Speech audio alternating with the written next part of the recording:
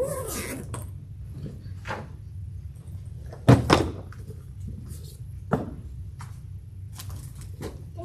how you doing? I'm great. How are you?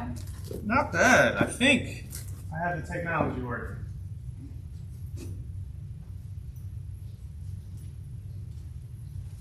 Where are you from? Where are you from? Yeah, they have. We're actually working on a new branding, new name sort of thing. Yeah? That's how long they've been around. Yeah, when I worked at a group home. Wow. I'm 40 now. You want a stress ball for being first? Sure. It says, yes, you can do this, and keep calm. Do you ever have to keep calm? Well, right now I'm doing like 2 jobs with them. So. Okay.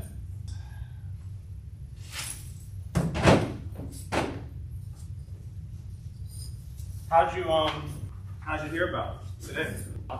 Clients who. What? Nobody's getting services today. No one.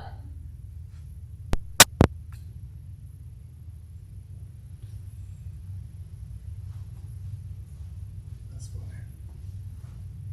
And supervisors are cool with you skipping out to do something like this? Yeah, they actually encourage it. That's Once awesome. I sent it out, the director was like, and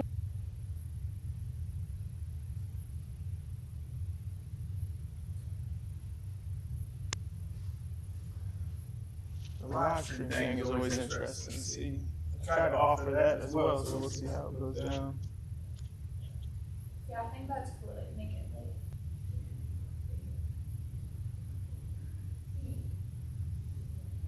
One, two. All right.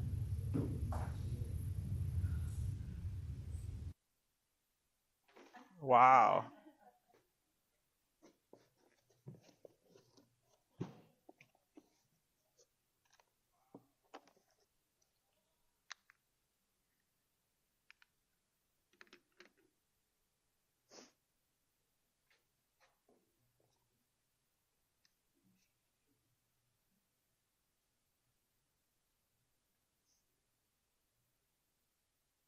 Testing.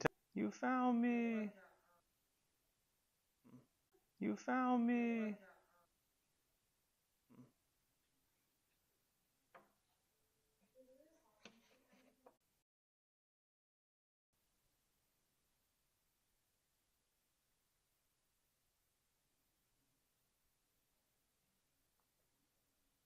One, two, 1, 2 is the audio on.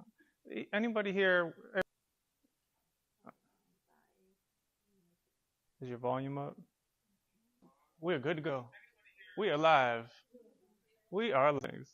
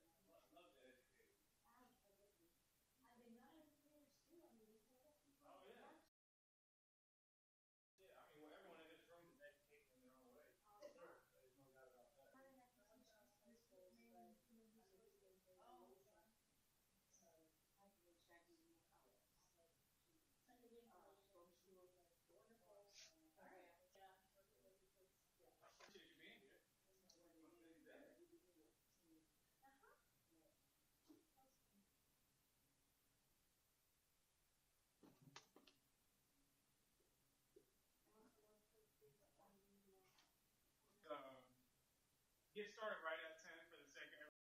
With registration, usually you get half that. So if we land around 30 out of 100.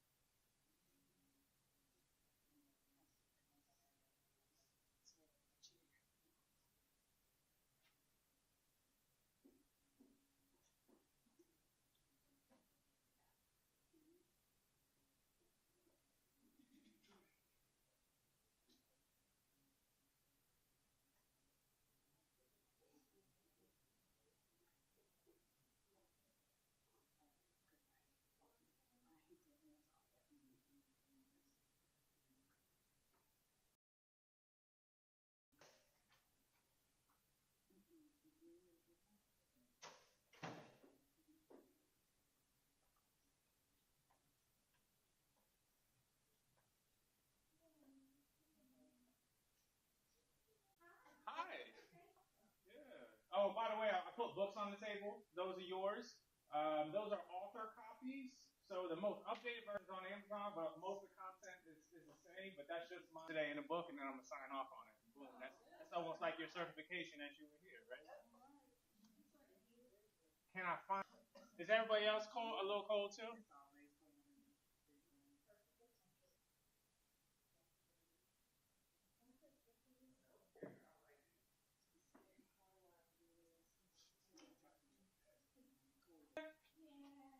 We're singing happy birthday at some point. Just want to let y'all know.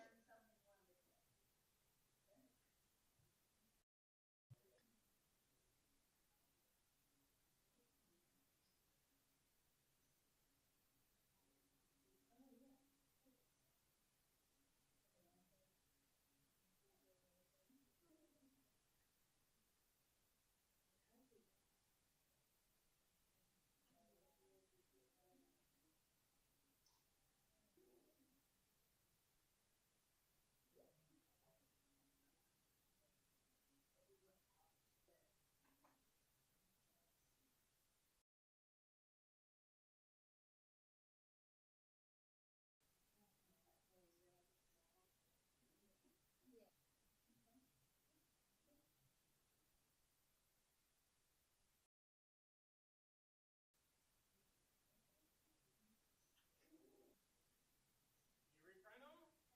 Oh, that was nice. So I had, I think, 110 registered. Oh, really? But with free events, I would imagine maybe 20. Yeah.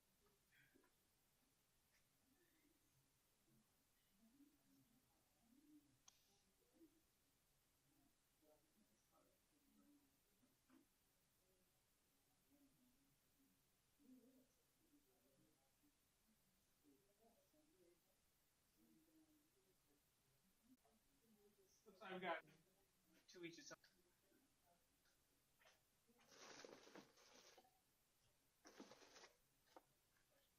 one says there is no elevator to success.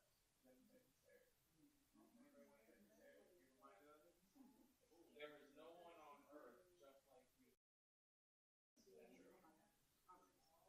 I don't have a twin. There is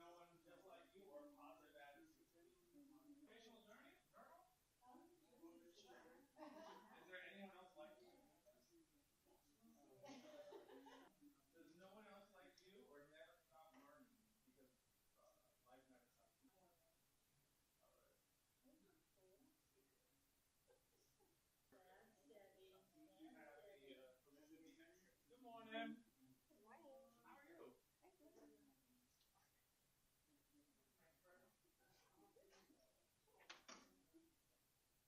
Yeah, so if you go right above the stairs. Yeah, but they got. How you doing?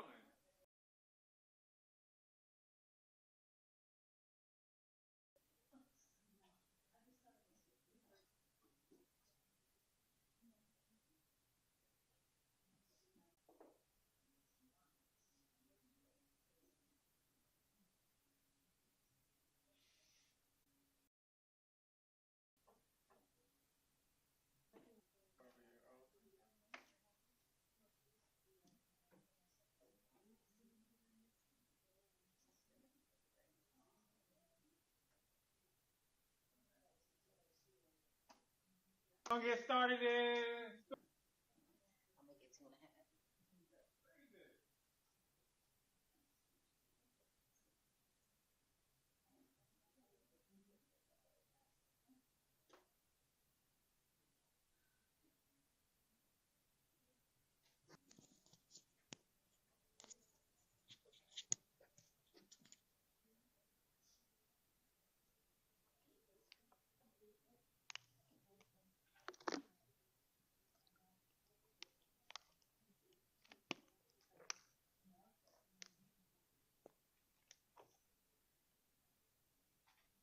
Testing audio 1 2 1 2.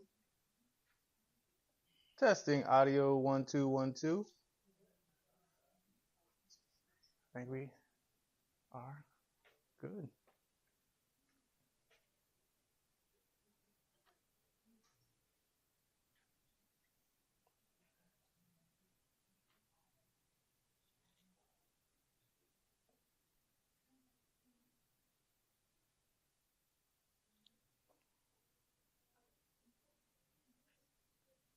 Did we have one person just leave? Let me give her 1 minute to get back there.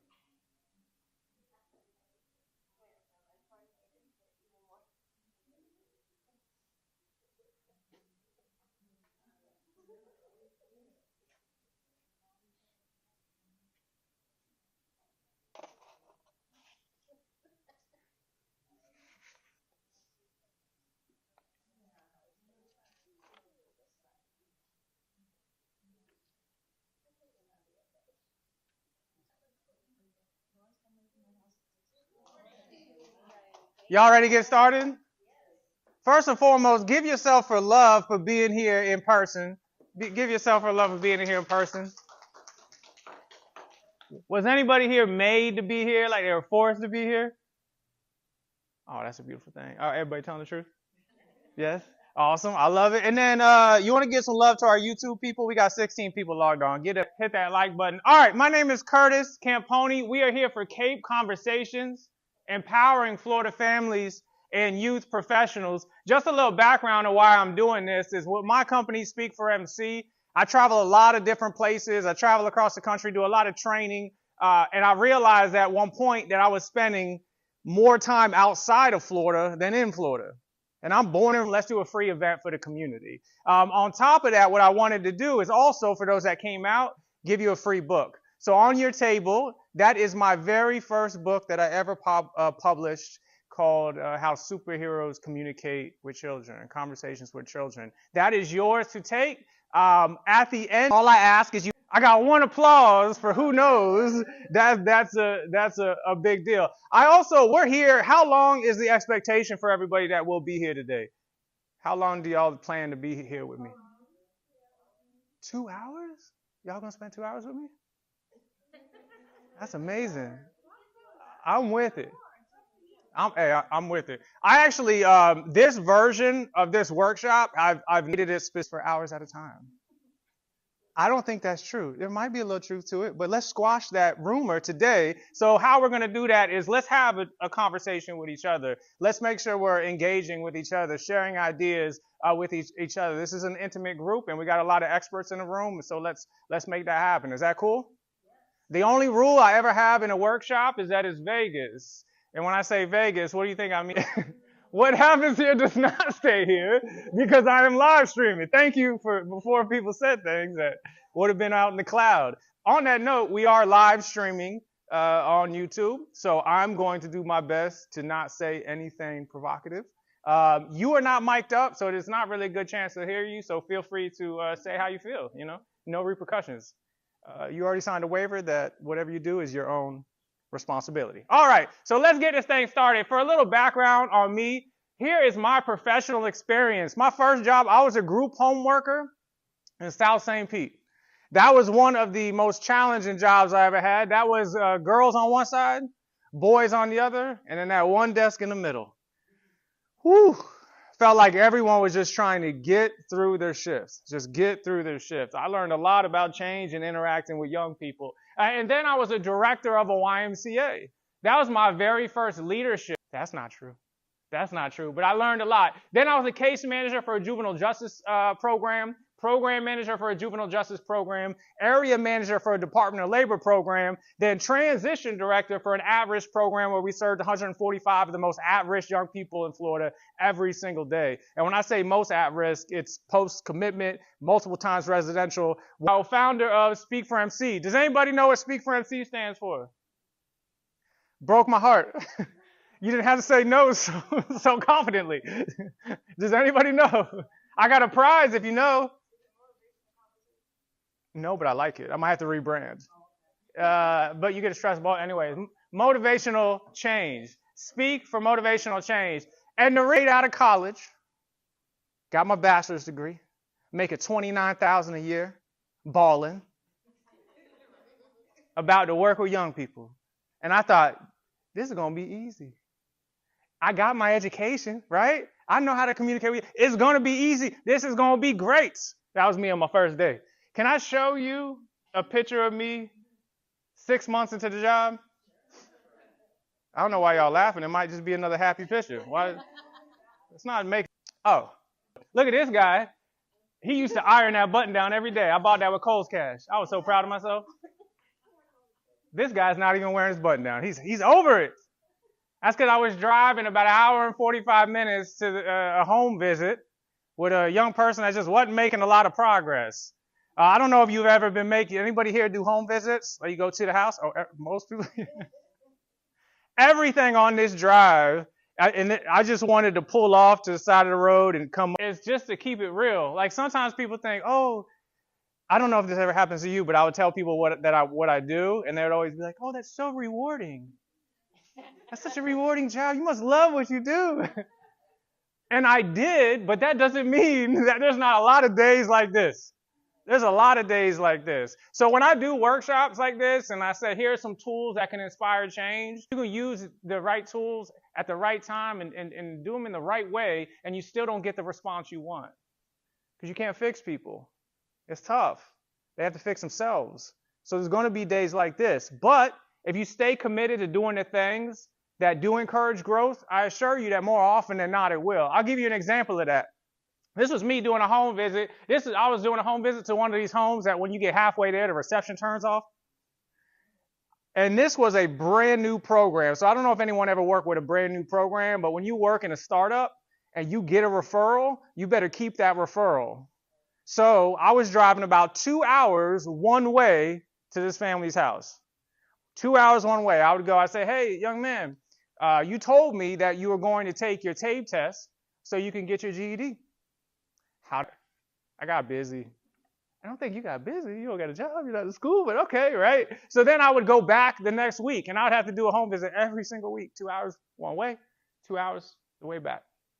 Next visit. Hey, you told me you were going to complete a couple of job applications.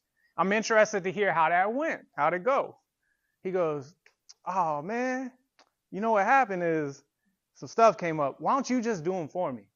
Anyone that would pick up the phone, my supervisor, you better pick up. I've been going out here for nothing. You're going to hear about it, right? You're going to hear about it. But every single time I stayed focused on not necessarily did I get the outcome I wanted, but was I doing the things that I thought would encourage the outcome that I wanted. So we did this for 3.5 months. And unfortunately, he made little to no progress. Little to no progress. But I kid you not, 3 years later, I'm in a completely different job. I'm in a different city, and I randomly get an email. And this is the exact email, and I'm going to paraphrase it for you. It said, "Hey, Curtis, it's Chris. I want to let you know that I moved to Boston a year ago and got a job at Panera.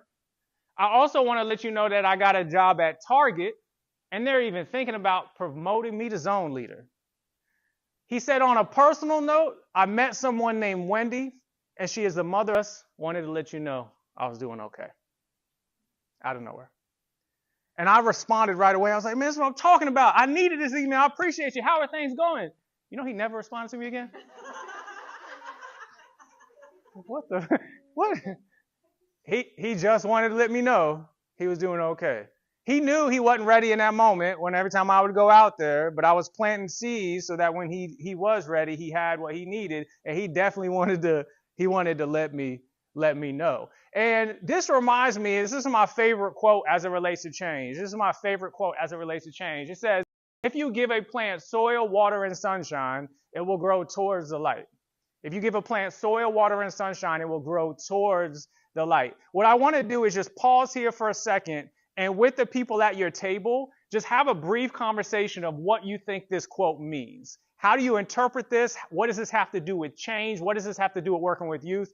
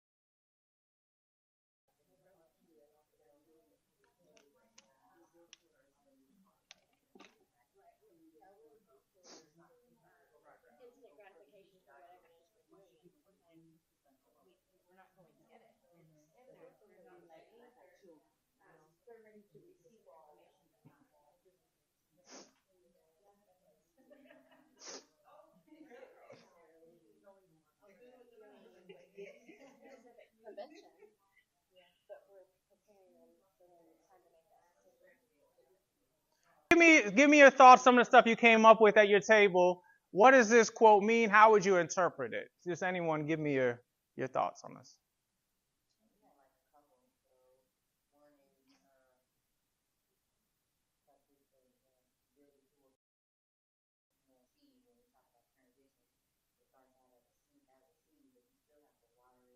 Hmm.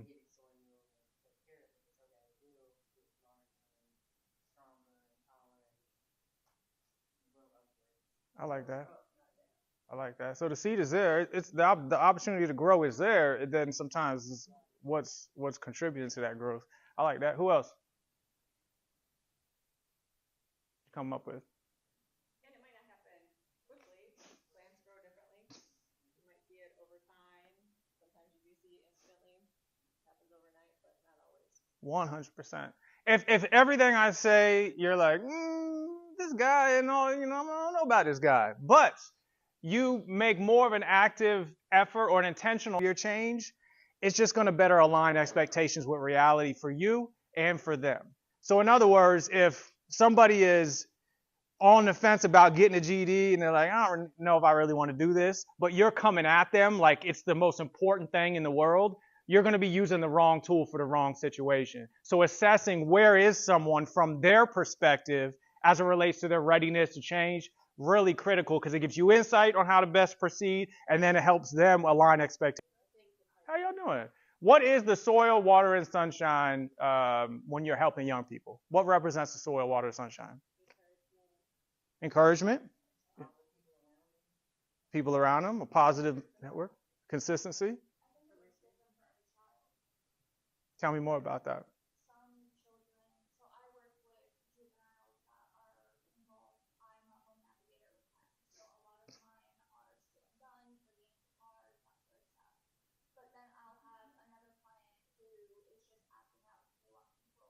Yep.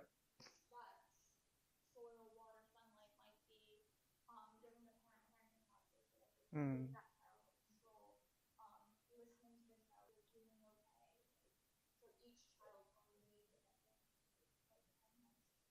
Absolutely. Good point. Assessing what are their needs, and not only assessing what are their needs, but what are their needs from their perspective. Not what you think they need, but what do they think they need as it relates to their change or their goals. Let me ask you another question about this quote. If I bring a plant home and I give it soil, water, and sunshine, but it doesn't grow, does that mean that soil, water, and sunshine are bad for plants? So what does that mean then? If it didn't grow, but I gave it the soil, water, and sunshine, I should take it back to Lowe's. There could be unknown circumstances that something, that's maybe you're giving it. So sometimes we need to reassess what the amount of the need is and what the need is. Like that could be too much of one thing, not enough of another. What else?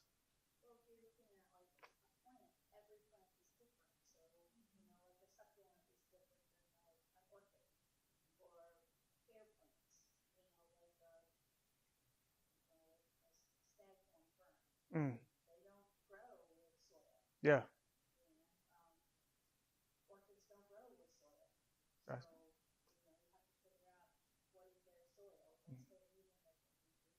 I like that.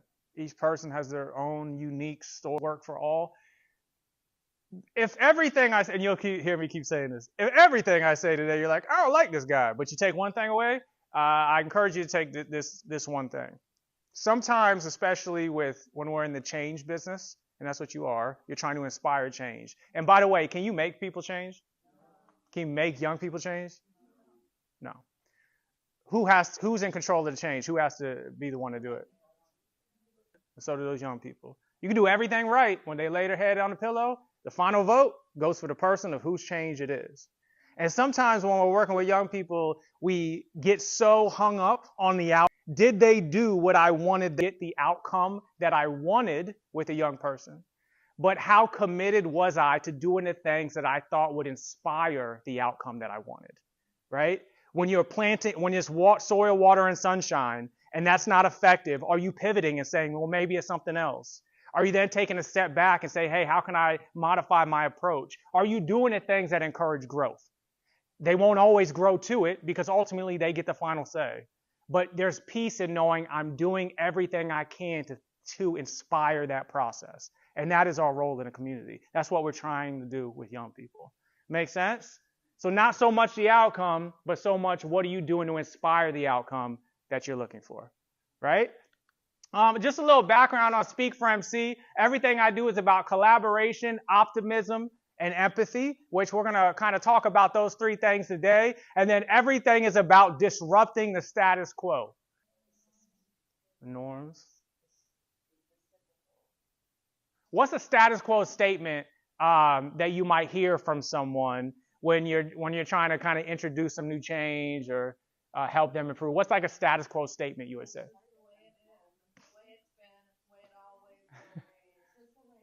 Oh, you got the whole list, right? Yeah. That's the common one, right? It is what it is. I am who I am. That's how things have always been. That's just how they are, right? Our brain is really, really good. And we're very talented at this, everyone, at telling ourselves a story that allows us to not act. We're very good at explaining away inaction. Yeah, but life got in the way. I got really busy. I'll do it next time. You're good at telling yourself a story, right? So the status quo is a normal response when new change is introduced. I'm not really going to school, and now you want me to go to school? You're trying to introduce the path towards change, or does our response inspire them to argue why they should stay the same? And spoiler alert, in the beginning, they're looking for reasons to stay the same. We're looking for reasons to keep thinking how we currently think. Keep staying in our habits, right? So we want to disrupt the status quo, but we want to do it in a way that inspires action. And that's what we're going to talk about today. Make sense? Awesome.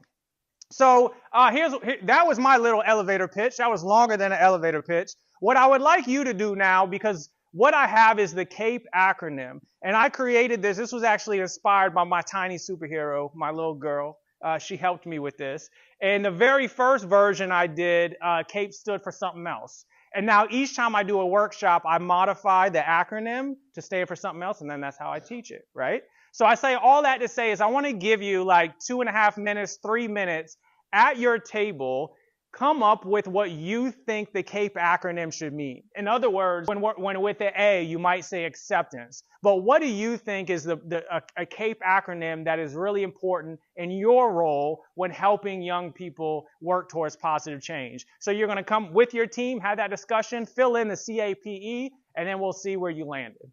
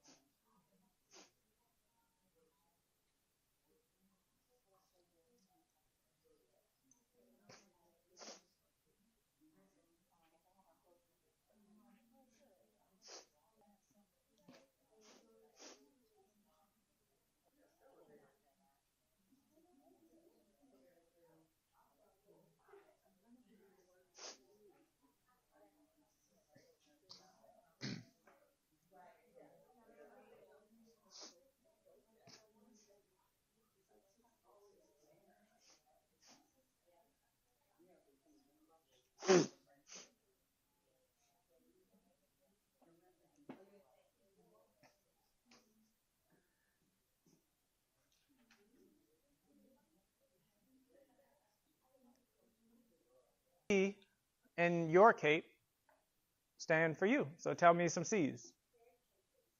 Caring and choices. Caring, oh, that's just 2 C's. You doubled up on me. I like it, caring choices.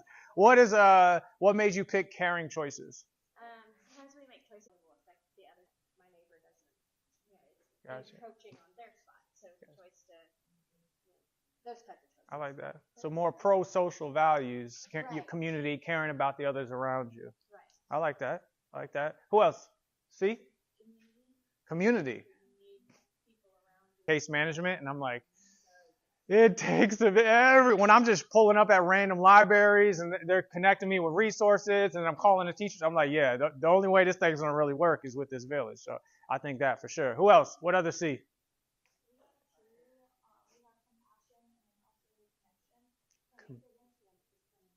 To be in this field without having a level of compassion. Did I hear another one? Consistency. Why is consistency important with young people?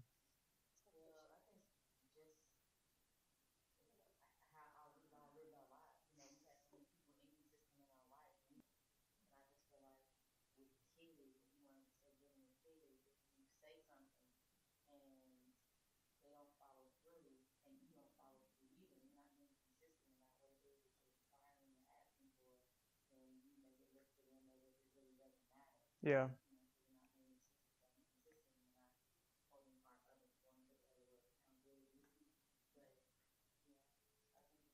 I agree. Structure. So at risk going on.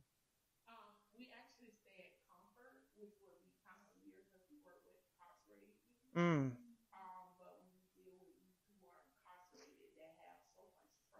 Yes.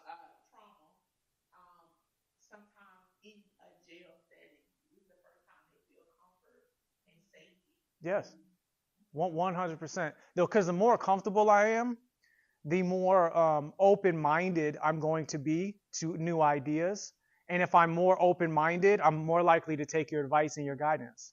But if I'm not comfortable and anxious and I'm frustrated and I don't trust you, I might be closed-minded in a closed mind, right? So that's very good. Accountability. For who? The professional and the youth worker. Yes, that accountability. I'm going to do what I said I'm going to do. And then I need you to hold yourself accountable for the things you do as well, for sure. What other A's did we come up with? Awareness. Who should be aware? Both. The adults should be aware to make different choices. I like that. So like self-reflecting, being intentional about the actions you're making. Yeah, not just. Sometimes just a why. Yeah. I like that. Instead of just checking the box and just going through the motions. Attitude?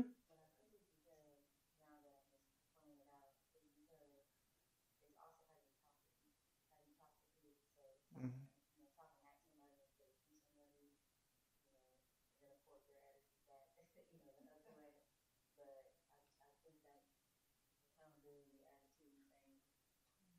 That's such a good point because the way it is, right? And remember, when someone is battling with that status quo, that discomfort that comes with change, they are looking for reasons to stay the same. So if you come at me crazy or disrespectful, guess what? You're now one of my reasons why I could keep arguing. So 100% we can influence the role we have. What about the P? What'd you come up with some of the P's? Patience. Patience. Patience is a funny thing too. I don't know if y'all can relate to it, but you never know how much you have until you're forced to have it. Because I never would have thought I would have the patience I have today. I would be like, there's no way. And patience isn't just waiting; it's what you do while you wait.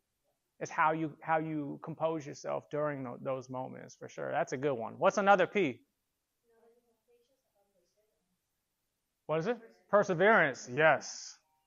Yeah, because things aren't going to go according to plan. It's rare that the plan for you or the young person goes exactly how you mapped it out. Adversity is going to happen. Unpredictable events are going to happen. So when something gets in the way of your progress, or you did in the first place, which sometimes people go that way too. Can I get another P? Passionate. Why is it important to be passionate?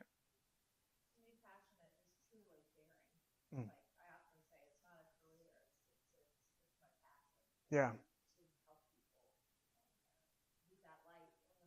Yeah. Your why. Yeah, your why, your purpose, your passion. Night. Woo, boy. And with AI now, you could apply to like 100 jobs on a click of a button. Like, it's so easy. Well, yeah. Hopefully I didn't just give you a career change. But in those moments, your decision to leave or stay is largely dependent on that why. Does my job connect with what's most important to me, why I got in this field in the first place? And am I seeing successes with that? If you are, that'll keep positive growth. Yes. Absolutely. Confirmation bias is a very real thing. You heard the expression, when it rains, it pours? If you ever said that, and I've said it, it's because you're feeling like it's raining, so you're looking for reasons to justify that expression that you just said. This is just a bad day. And then something happens, you're like, see? And then you're looking for other stuff. See? Oh, I'm just going home, right? Your perception of it and where you look at, how you look at things definitely impacts your perspective. And then our very last one is the E. What did we come up with on the E? I like that.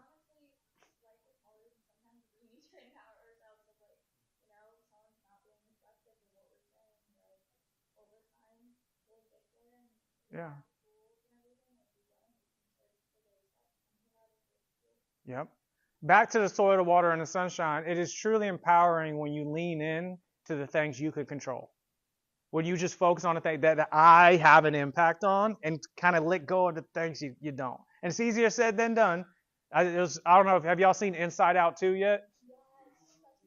One of the emotions was anxiety. And that was anxiety's whole thing. What is it? Focusing on all these things that you have no control on, which then creates that more anxiety. So the more we can lean into the stuff we can control, the more you'll feel empowered. Like, okay, I'm making some progress here. And then why did you pick empathy?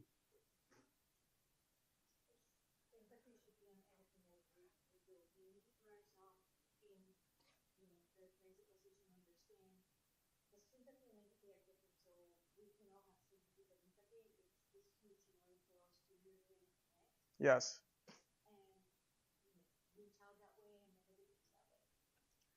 I have a feeling. Yep. I think we're going to talk about that today.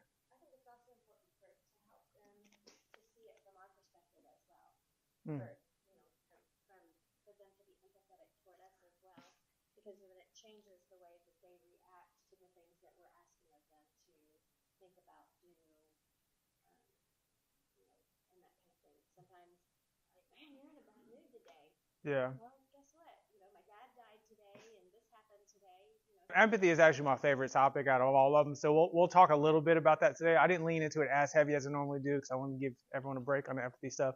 But empathy, to your point, it takes two to tango, but one to take the lead.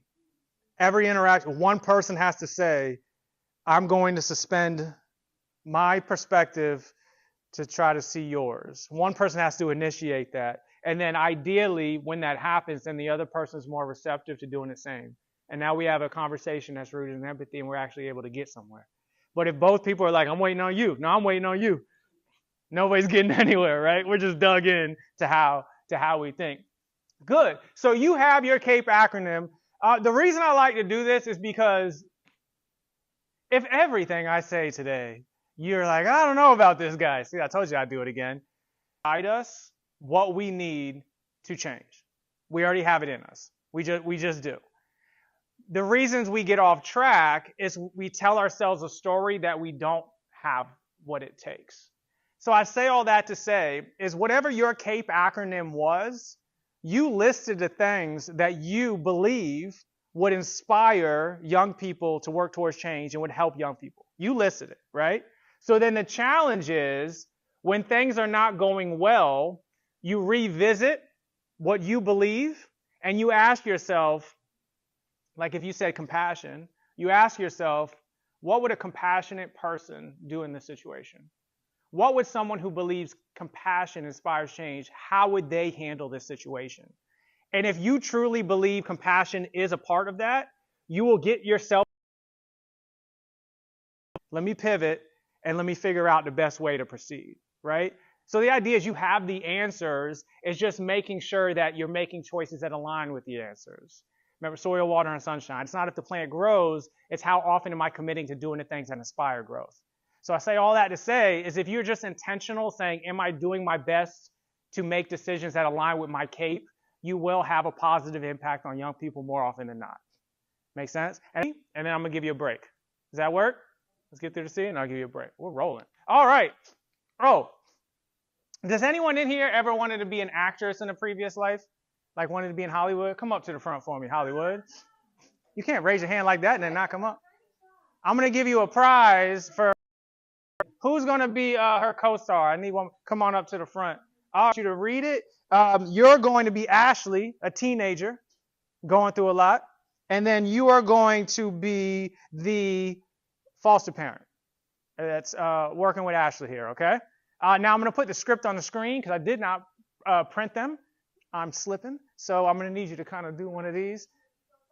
Boom. Like positive mindset. See how you just reframe that? I don't want to take it. Do whatever you got. And if you want to improv during it, all right, or do that. What was that? Oh, Ashley. Okay. All right. I digress.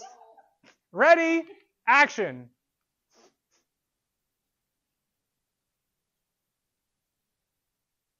Can't wait to turn 16 next month. I've been looking at cars online. I found the perfect one to bad behavior in a new car. Many Give them a round of applause. I felt like I was there. Don't go anywhere because I need you to do another one. And I don't think I mentioned this. My apologies. What's going to happen is I'm going to give you hints of what each letter in my C.A.P.E acronym stands for, and I want you to see if you can guess what I'm getting at. All right? So this is one of your first hints. So before we go to the next version, what are your initial impressions on this interaction? What do you think about foster parents' response to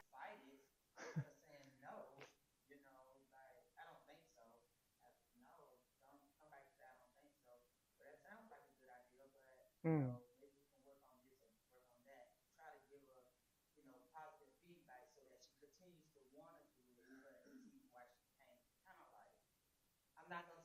You're initially validating feelings, ideas, and then you're like, well, now let's talk about how we get there. I like that. What else? Anything else in the foster parents approach that you're like, or what could have done better? Jeez, we're just foster parents. We're just, jeez, she's doing her best, maybe. Or I don't know. All right. Even your behavior lately. Yeah, there's no specifics. You There's need no to, specifics. Like behavior, what could that be? yeah. Is it behavior about my homework? Is it behavior about how I talk to you? Is it behavior how I treat my other siblings? Like what is it in the behavior? Ashley has no idea. Absolutely. Yeah. So let's try another version. And there's also nothing that just says you need to earn it. Earn it. How do I do that? Just earn it. Just get out of here. All right, let's try another one. Let's try another one that has a little bit more of the C in it that I'm getting at. All right, ready? Action. It's a little smaller too. Oh, it's the same thing. I can't wait till turn 16 next month. I've been looking at cars online. I found the perfect one. Can we please go shopping this weekend? How much getting a car means to you, and I want to support.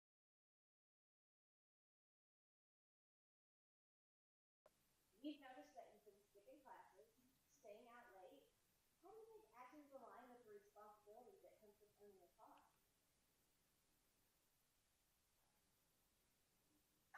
I don't know. I guess I haven't been thinking about it like that. I really do want a car, though. Give them a round of applause. That's not easy to read off a television screen. Go get yourself a prize out of the suitcase. That's the prize suitcase. No, where are you going? Seriously, don't. I brought the prizes. I brought the prizes. All right. So we had a modified response, a little bit of a C response on this time. What was different? One thing she did was in the conversation, she did let her know what are the things that she's not doing. A little more specific about some of the expectations of what needs to happen to get that reward. What else?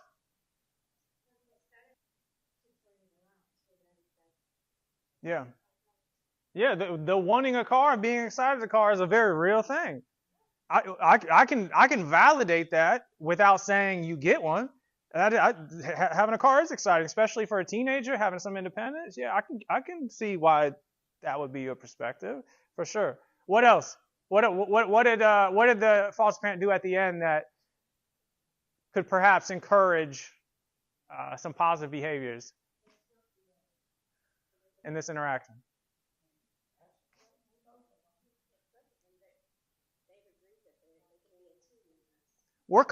Yeah, right? It's not just me, I'm not getting you a car because I'm the bad person. We both have expectations we need to meet together to make this happen. So we both have to do our part. It's a collaborative process. So any guesses so far of what the C stands for in the C.A.P.E, you think, based on this interaction?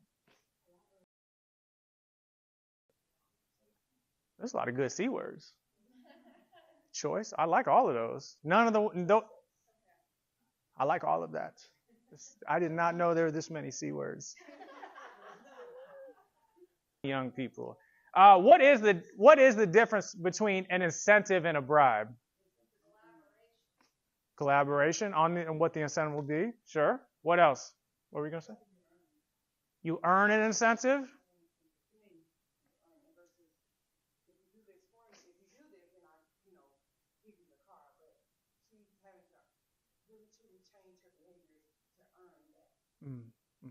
I like that. An incentive is bribe.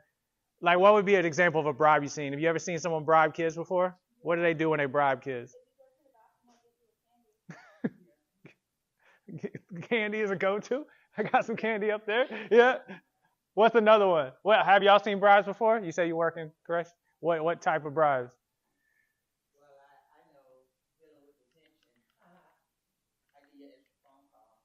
Mm, absolutely. Yeah. You ever been in the grocery store? This actually happened not too long ago. Is the young person was like, I want this, like pointing to something in the store, and the mom was just over it. It was just like, all right, go ahead and put it in there. So then the kid says, well, I want this too. And the mom's like, no, you're only getting one thing. So it starts yelling, getting louder and louder and louder. And it's just fine, grab it. Right? And now they got that as well.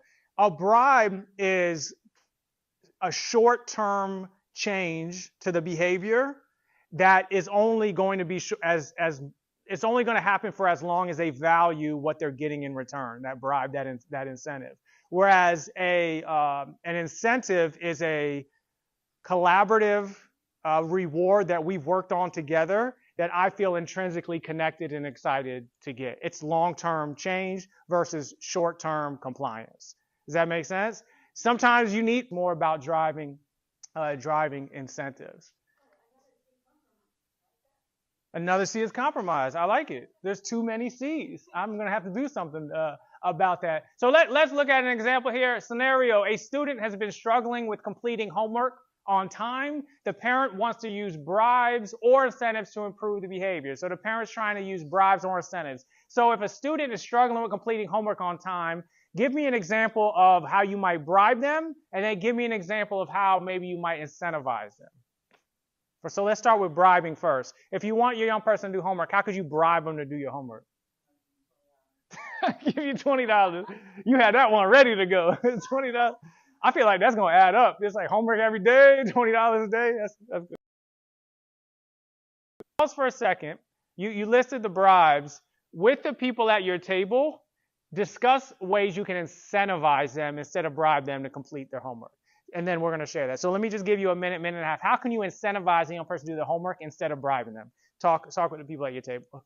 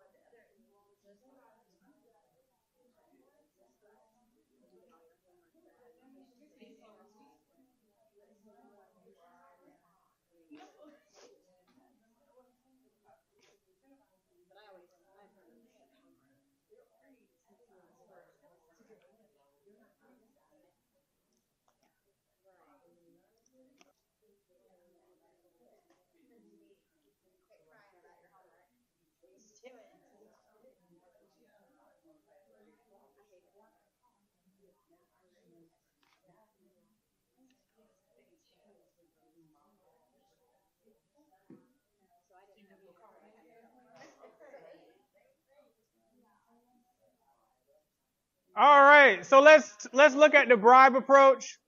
If you finish your homework tonight, you can have extra screen time, and I believe that was already an example we had over there. The student might comply temporarily, but doesn't see the value in doing the homework consistently. They're just saying, let me get this thing I want, so I'll do this thing you want me to do. The problem with that is once the thing you're offering, the bribe loses its muster. So that means you're going to have to elevate the bribe. And it's just going to keep getting to a point where I'm out here buying cars and houses and allowance is $100 a week, right?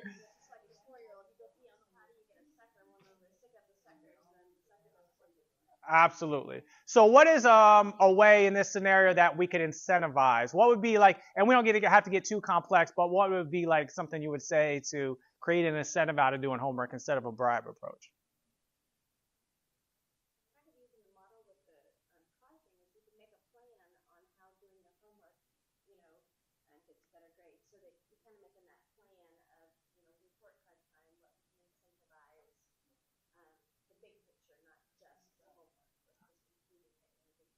I like that. I like that a lot. It's not just about this one activity. It's let's talk about what this activity means, how we can get to this goal, and then something else on how you can incentivize this.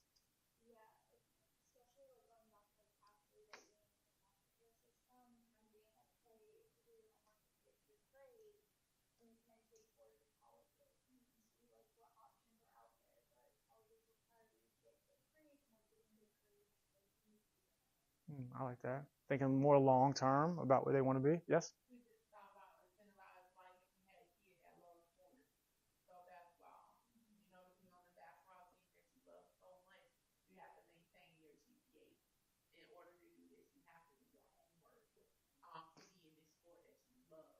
Yes. Yes.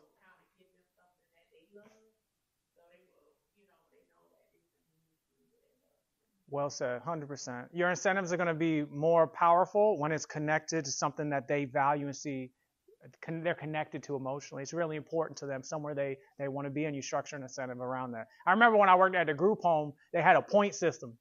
Like whoever gets the point, you're on this level, and that's what you could do. And it was funny because like when the new young person would come in, they would try to hit that level, but once they got it once, care about this point system anymore. I'm gonna do it, right? Because I already achieved that thing, and I see what it's like. Now I'm gonna actually do what I wanna do. So let's look at an example of incentive. The parents and teacher partnered to set a clear goal. If you complete your homework on time for the next 2 weeks, you'll earn a special activity day at school that you've really been looking forward to. Another powerful way of incentives, especially with this population, is what we talked about, what it takes a village. The more people you can wrap around that incentive plan, the better. So in this situation, the parent isn't just creating a plan with the student, they're also looping in the teacher, saying, hey, FYI, this is what we're trying to work on. Let me know how they're doing. If you can encourage this as well, this can go a long way. And then we're taking that it takes a village approach around incentivizing that young person to work towards that positive goal. Make sense? Obviously, incentives take more effort on the front end compared to bribes. But if the goal is long-term change, it's investing more in the front end for ideally a better outcome on the back end. Make sense? So I say all that to say, what do you think my C is in C.A.P.E? And I've already said it like 10 times. I've already given it away a million times. I keep saying it. Anybody want to guess what the C stands for? Change or... No, you got it right with change. But so my C is change or the other C word. What's the opposite of change?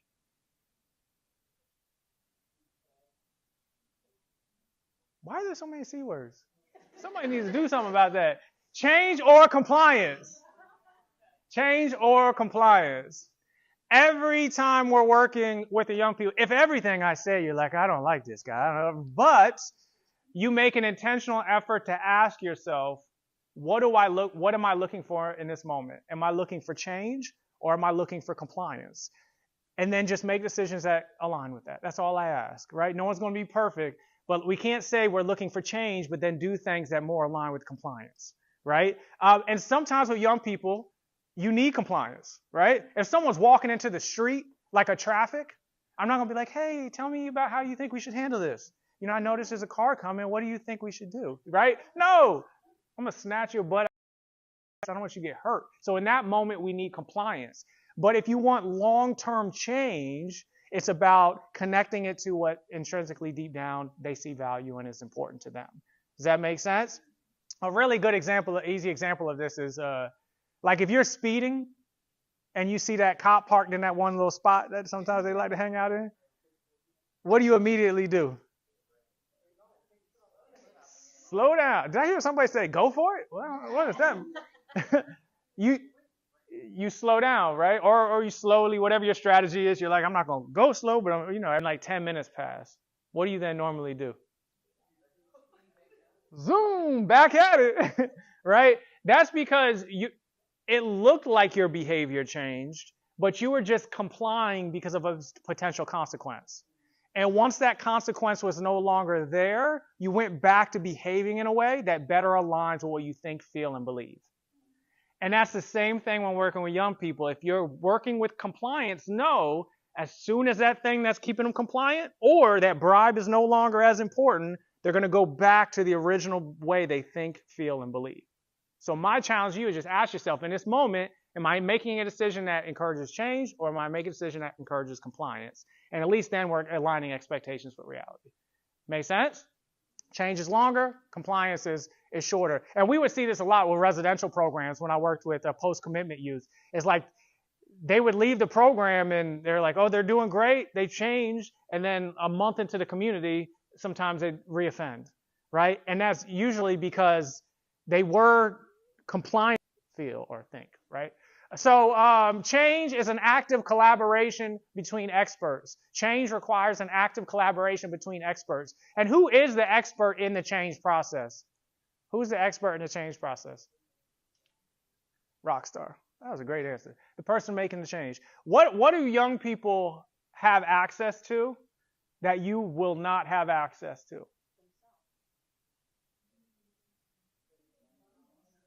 Their own brain. Unless Elon Musk keeps doing what he's doing, maybe that'll change. But right now, they're the only ones that have access to their brain. So that means they have direct access to their motivations, their fears, trauma, the things they're excited about, they're passionate about. They have direct connection to. Coming at them like we're the expert in their change when they have the resource that's this process if we're trying to work towards change. Now, if you're in compliance, you don't need access to that, right? But if it's change, you do. So we're collaborating with others. Just some quick examples of this, and then we'll take a break. Using we statements is really important. If we come at someone like, you need to do better, you got an issue, why did you make that decision? Even if the decision 100% was theirs, just coming at someone with that type of language is more likely to increase defensiveness and anxiety. And a defensive person is a closed-minded person, and you are not inspiring a new idea with a closed mind. So that's why we're trying to create. I remember when I worked, I did some training at a high-risk prison in South Carolina, and some of the initial feedback was, you got to be hard. You can't be soft. You can't be out here being soft. And I try to explain, I'm not trying to be soft. I'm trying to create an environment that they're more likely to take my advice and guidance. That's what I'm trying to do. And the way you do that is you reduce the defensiveness and anxiety. So it's we statements. It's us. We're doing this together. Another is asking. So it's we statements. It's us. We're doing this together. Another is asking open-ended questions. If you want to truly collaborate and inspire change and tap into their resource, which is most valuable, is asking open-ended questions. What do you think is the best way we can work on this together? What are some ideas you have? This can be very hard if you're a parent, because you're thinking, I got the idea. I know what you should be doing. Why am I asking you? It's because they get the final say in it. So they have to be empowered in that process. So changing your do you, will you, can you to your what's, your how's. It's like if someone told you, hey, I'm considering quitting smoking, and you're like, well, do you think you're going to be successful this time? That's not really going to encourage open dialogue and discussion, right? Whereas, hey, what's motivated you to take a step back from cigarettes? Or what has you thinking that there might be a different way to look at this thing? That's going to empower them to think through their own thoughts and have a collaborative interaction, reduce defensiveness, reduce anxiety. And then we have to reinforce the behaviors we want, especially with young people. You are not allowed to say you want behaviors that you are not positively reinforcing. You're just not allowed, right? So the idea is even if it's a small step in that direction, they never came to class and they promised you they would come 5 days, but they only came 2. If you want to encourage the 2 to go to 3, it's positively reinforcing the 2 first, and then you can revisit and say, hey, so talk to me. How we looking the rest of the week? Kind of talk to me about, next week. Then you can open up the dialogue for more, but you have to first positively reinforce the behaviors you want. Because if we're not, we can't say that we want them. Make sense? So the C in C.A.P.E is change or compliance. When you're out there with young people, it's asking yourself, being aware, does this decision I'm making, is how I'm coming at them, is it more likely to inspire change behavior, or is it more likely to encourage them to be compliant? If your goal is to encourage compliance, then go for it. But we just can't say our goal is change and then do the things that more align with compliance. Make sense? Awesome. We are moving. Can I give you a 7-minute break? Can you come back at 11:10? Awesome. Thank you.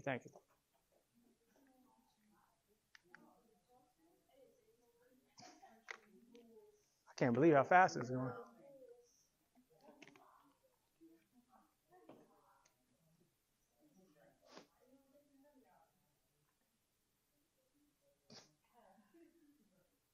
I remember that with the belts at the office. Sometimes you ask you to wear a belt.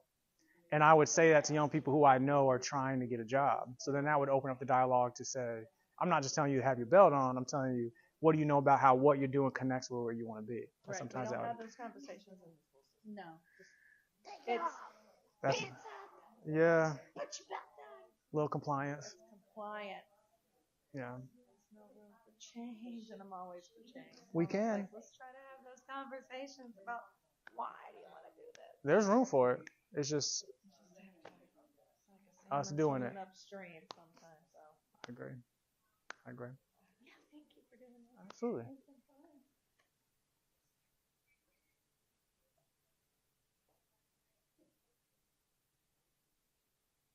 Can't believe how fast we're. Can someone please remind me before we leave to do a group photo? I forget every time, and because I like to post it, I will definitely forget when we conclude. So if somebody can remind me. And then we'll have to use somebody's phone who has a good phone because mine's connected to the live stream.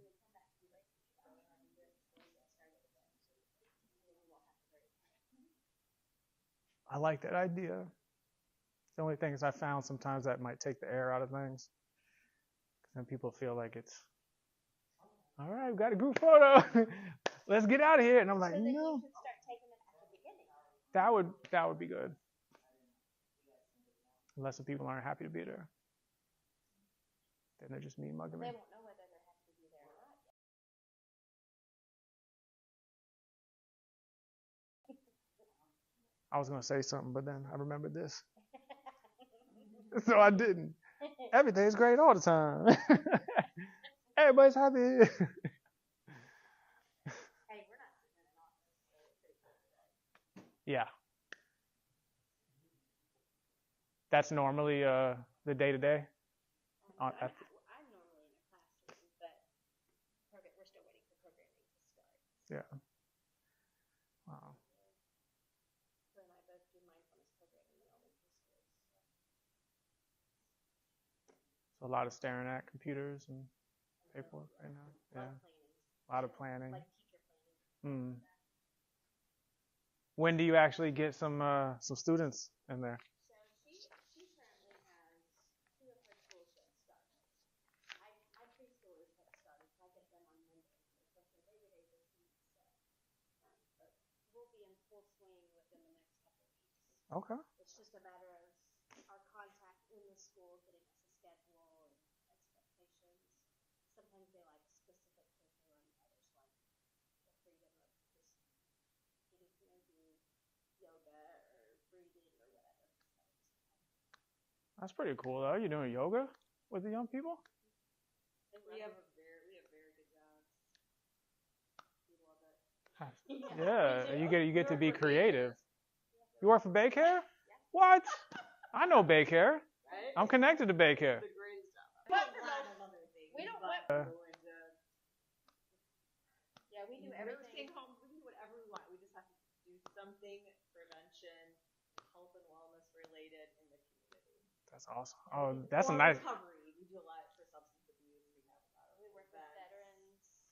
So you get a lot of autonomy to be Do creative. whatever you want. Also, That's why we're sitting here. so you're happy. We just have to stay busy and find stuff to do that helps. So before you get started, can I tell you that I think the coolest thing that I have learned already today is I teach about superhero character traits. Yeah. And it's so cool to me that you point out for us to wear the cape.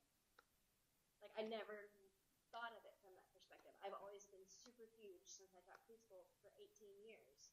Super huge on kids are capable of being superheroes. And never thought to think about it from my perspective that I can wear a cape too. Oh, yeah. Yeah. Never, I mean, I've always, honed in on learn by example, but that means I get to wear a cape too. Absolutely. I love that. I like how you phrase that. Yeah, I mean, we all get a choice. Do we want to do the things that align with a hero? Like, we all have opportunity to make those every single day. Who doesn't want to be a hero to somebody? Exactly. doesn't Yeah. want to? I mean, that's really, truthfully, any child, any adult would love to see that person in somebody's eyes. Yeah. And how empowering is that? Agreed. That's legacy. That's stuff that lasts forever when you have a positive impact on somebody else. Well, that's you never think you're capable of being that person. Hmm. And then you realize, oh, I can do it. Yes, you can. It's super, I mean, that's just very empowering. Love that. What do you with daycare? I should have brought some capes. Oh, my wife works for daycare. Oh, what did she do? Yeah, she's a quality manager.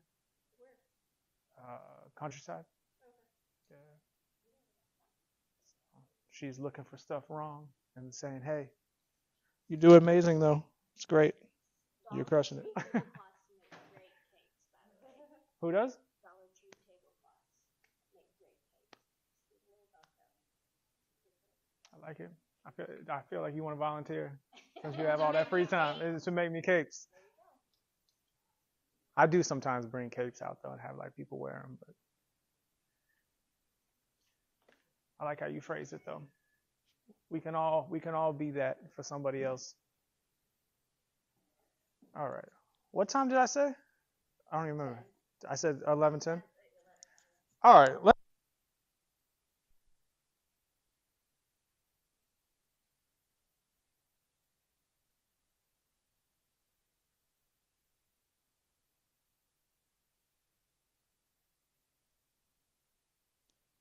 1 2 1 2 1 2 1 2. Okay. All right. Let's give you a hint on this A. But for this A, I need volunteer. I don't know how this is gonna. Actually, I need 3 volunteers. I don't know how this is gonna go down. But I figured, hey, let's just use y'all as test subjects. Can I get 3 volunteers to come to the front? And then if you volunteer, I'm going to let you go into the prize suitcase. Who wants to come to the front? That is a, yes. That was a short-term bribe. I love you just flipped it on me. Yes. I'm bribing people during a workshop. I just talked about bribes. You with us too? All right, I need one more. Awesome. Okay. And I'm holding the mic like this because I realized I had my volunteers before, but you weren't mic'd up. So if anybody on YouTube was watching, they just, yeah. So this one, I'm going to do like this type of thing. Here's what we're going to do, though. We're going to do and then what happened. What's going to happen is I'm going to give you a scenario with a young person, and I want you to tell the story of what happened. At some point of you telling the story, I'm going to say, and then what happened? And then you have to pick up where she left off. And then here, and then what happened? And you got to pick up where she left off. We'll probably go around once, twice, and then you're going to end the story for us. All right? You ready? Okay, so here's the situation. You are a new case manager who has been given a really challenging case that the young person hasn't engaged with the previous case manager at all, so they're transferring the case to you. The young person will not return your phone calls, so you're going to do an unannounced visit at the home. All right? So the story starts. We're knocking on the door. Knock, knock, knock. Tell us what happened. So I knocked on the door 3 times and no one came to the door. I texted and called the youth telephone and still no answer. So I decided to try to walk around the building to see if somebody was in the house. And then what happened? Around the building. I walked around the building and didn't see anyone, so I left a note without giving out information, and I got in my car and I went back to my office to see if someone would contact me back because they got my card. And then what happened? I got a phone call. They were home and they happened to be taking a nap. So I got back in my car and I drove back to the house and knocked on the door and they answered. They answered, and then what happened? They answered the door and I asked could I come in and they wouldn't let me in the house. And then it started thunderstorming. Keep going. So when it started raining on me, I was like, please let me come in because I really need to speak with you and it's raining outside and I did bring my umbrella. And then what happened? And then They let me in, and we had a conversation because they felt sorry for me because it was raining. And they told me that they really wanted to talk to me, but they just weren't sure if they were ready to talk to me. And then what happened? That's my job. That's not your job. And then what happened? All right, conclude the story for us. And then I looked out the window, and in the driveway there was a car full of a ton of, like, 4 people, and they pulled up in the driveway, and they all got out, and they came up to the door, and then they came into the house, and I got really nervous. And I was asking, who are these people? And it was like all of their friends. So then there was a house full of people, and I was there. Okay. And I was getting a little bit flustered, but I was trying to ignore them, and everyone started eating in the kitchen and making a lot of noise. But then the story ended up having a positive ending, and what happened? But they were actually there to help clean up the house and be effective and efficient. And And then happily ever after. A round of applause for everyone. All right. Go ahead and get yourself a prize. Well, this story had a lot of twists and turns. I don't know. I feel like there's going to be a need to be a sequel, so I know what happens. Well, all right.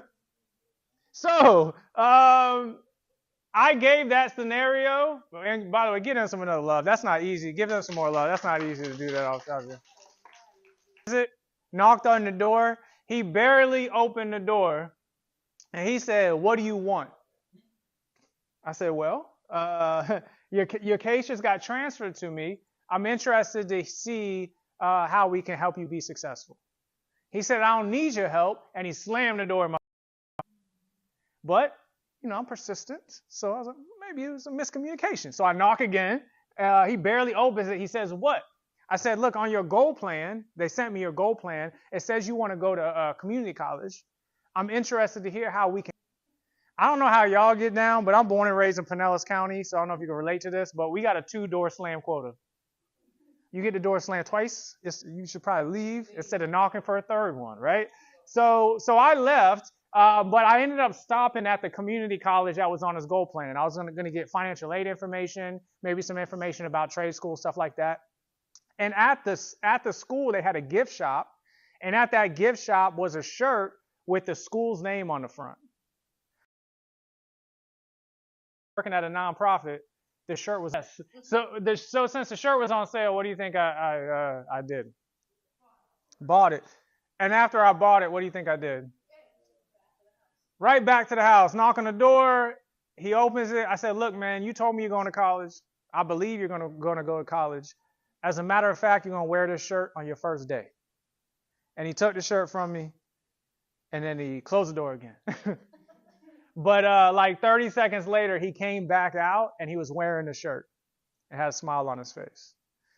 It was the first step towards establishing trust, establishing rapport, creating rapport, and it was me demonstrating what?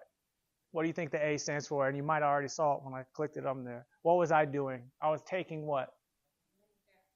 Action. Action. And action, and then parentheses, compassion. The difference is with compassion is sometimes people think being compassionate is just being kind, or you're just nice, or maybe sometimes you're sympathizing. But when you are demonstrating compassion, true compassion always comes with a compassionate action. You're actually taking action to help alleviate their suffering or help them through that goal. That is demonstrating true compassion. So let's look at an example of the difference between sympathy and compassion. Sympathy, acknowledging another person's suffering, expressing sorrow or pity. Sympathy is a really big one on social media. Let me see if I got everybody on here still. Yeah, we got about 15 on there. Social media is like when you see a story come across and then you just hit that like button or the hug button. Remember the care button? Sympathy allows you to identify that there's some suffering or need here, but stay emotionally distant from it so you don't have to act towards it. Sympathy is that sucks. I feel bad for you. Wow, that's a lot. Gee, you're going through it. And then you keep it moving. Compassion is you do that, but then you acknowledge or you take action towards helping, right? So compassion goes beyond sympathy, not only recognizing the other person's suffering, but also feeling a strong desire to help alleviate it. Compassion drives action and a deeper connection to the person's experience, right? As sympathy is, there's a homeless person on the side of the road, and you're like, wow, that must be hard. Compassion is, I'm volunteering at the homeless shelter, or I'm handing out food, right? Now, I do want to be clear. It is not, I mean, maybe it is for you, but I'm just personal experience. It's not possible to be compassionate all of the time because your cup is only so full. And if I'm always pouring into others, especially when you work in a field where you have to pour into others, eventually you're not going to have anything to pour in the other aspects of your life. So all I challenge you to do and ask you to do, kind of very similar to change and compliance, is you just ask yourself, what am I trying to do here? Am I just being sympathetic? Then if that's your goal, then just make decisions that align with sympathy. Or do I want to give this person compassion? And compassion is more likely to lead towards change and new ideas and growth than sympathy is, right? So you just ask yourself, what is my goal? What am I trying to accomplish? Here's an example, parent to child. Sympathy. I'm sorry you're feeling sad about not making the team. It's hard when things don't go the way we want. Versus compassion. I know it's tough not making the team. Let's work together to practice so we can try again next year. I believe you can do it. So here, acknowledging a little bit of what you're feeling. Here, I acknowledge that feeling, step into your perspective, but I'm going to also say, what can I do to help you get there? Because I know how important this thing is to you. That's demonstrating compassion. Make sense? Let's do another one. Can I get a volunteer to read this one for me? Someone read the sympathy statement for teacher and student. I'm sorry you didn't do well on your test. I know you're disappointed. Good. Versus compassion.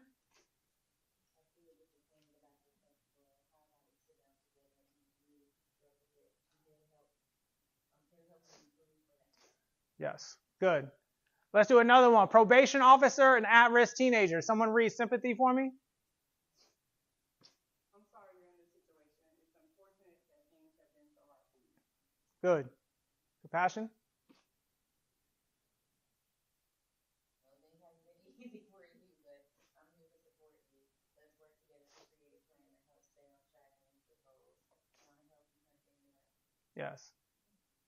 So compassion, if your goal in a situation is to establish trust, understanding, demonstrate respect, and build rapport, compassion is the cheat code. Now, I say that to say it has to be genuine, it has to be authentic. You're not using compassion to manipulate anyone. There's some people that do, but that's not the goal. But if your goal is saying, hey, I need to build connection here, compassion is the best way to do that. Because compassion, taking a compassionate act, is prioritizing someone else's needs above your own. And that there's no quicker way to establish relationship than doing that, right? So you have to ask yourself, what is my goal? And then maybe you tell yourself, hey, all I can give right now is sympathy. I got all this other stuff going on. I'm overwhelmed. If you're telling yourself that, then it's okay to then make decisions that align with that, because at least you're being aware of what you can give. But we can't say, well, my goal is to establish connection and relationships, but all I'm going to give is sympathy to do that. That's not gonna encourage the outcome, right? So let's, with your table, see how many of these you can get through together, and then we're going to share. What I want you to do is look at these three scenarios and then come up with a sympathetic statement that would be said in response, and a compassionate statement that would be said in response. If you don't get through all three, that's okay. If you do, that's great. I'm going to give you about 2 minutes. So for each scenario, a sympathetic statement and a compassionate statement.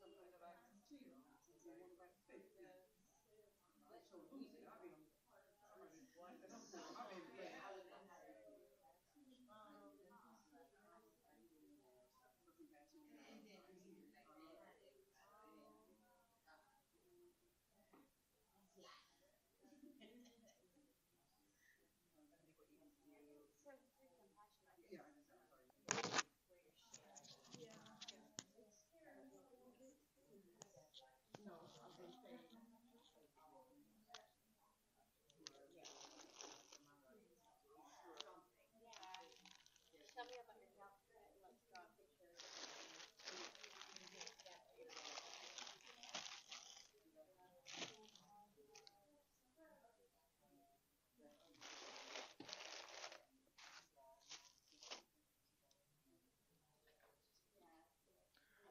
11:30. Goodness gracious. All right. All right, let's talk about it. I can't believe it's 11:30 already. All right, scenario 1. Give me keep it moving. Oh, that must be tough. Out of here. Yep. You know? And my thing, I really want to reiterate this. Just try your best to be intentional about what you're giving out and putting out in the world. Because maybe there's a scenario with that person who does that. Like the other thing we don't want to do is if we hear that, think, oh, that person's a bad person. Maybe they just lost their pet and they just can't emotionally get there. You know what I mean? Just try to make decisions that align with who you want to be. That's the challenge, right? What's a compassionate statement in scenario 1?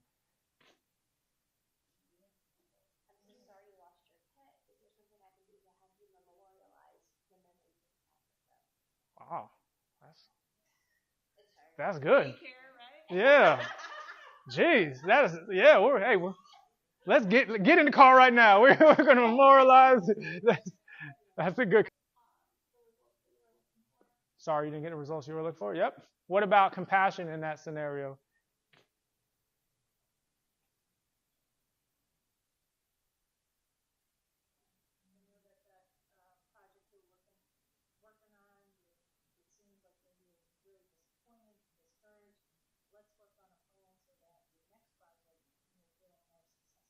Love that.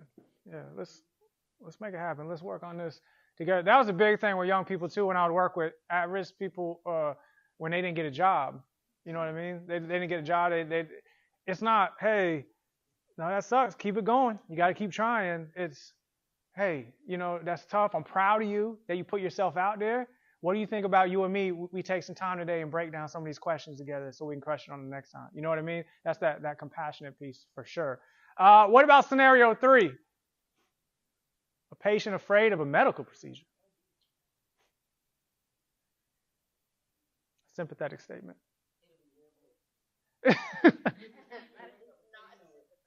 You'll be fine. Everyone's nervous. You're good. Yeah. What's a compassionate way to respond to that situation, you think?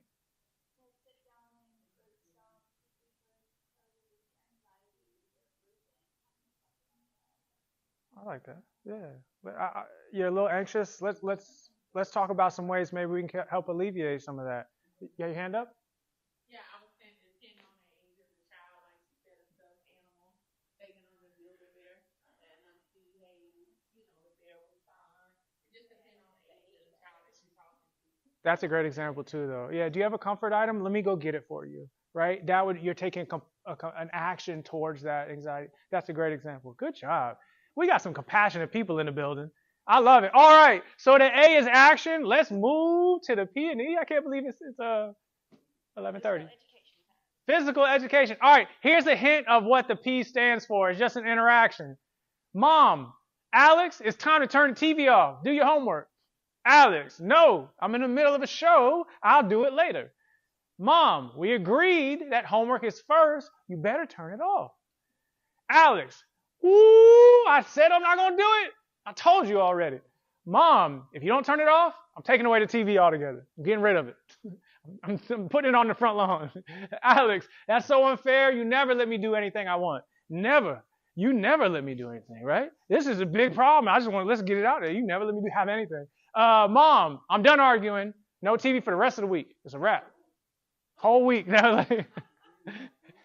Alex slams the door. I hate you. You're so mean. All right.